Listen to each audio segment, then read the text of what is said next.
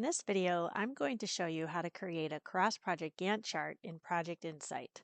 A Cross Project Gantt chart allows executives, portfolio managers, and project leaders to view multiple projects together on one timeline. This makes it easier to compare project schedules, review progress, and see milestones across a portfolio. To begin, navigate to Reports either from your home screen or in the top nav Reports menu. From the Reports menu, we store the Cross Project Gantt chart in some of our featured reports. Click Cross Project Gantt Chart.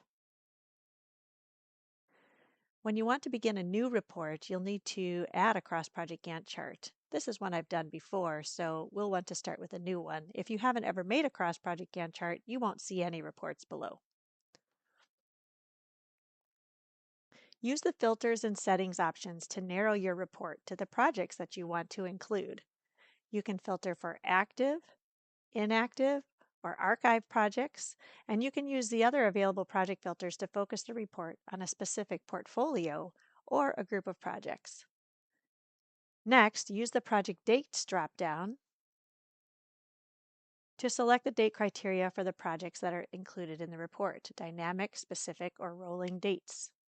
To limit the visible Gantt chart to a specific date range, select Limit Gantt chart to specific date range.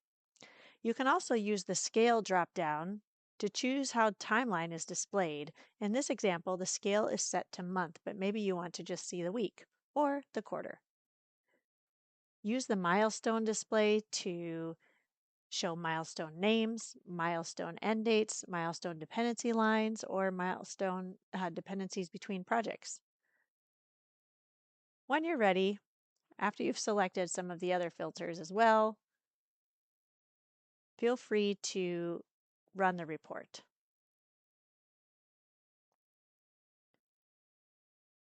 Now you can see your Cross Project Gantt chart, and you can adjust so you get visibility into the parts that matter to you, the task list, or adding other columns. You can insert or remove columns to see any other task information, and as well as the Gantt to the right. And then use the scroll bar to move back and forth on this information. If you have any other questions about the Gantt chart, browse our other help documentation or reach out to support.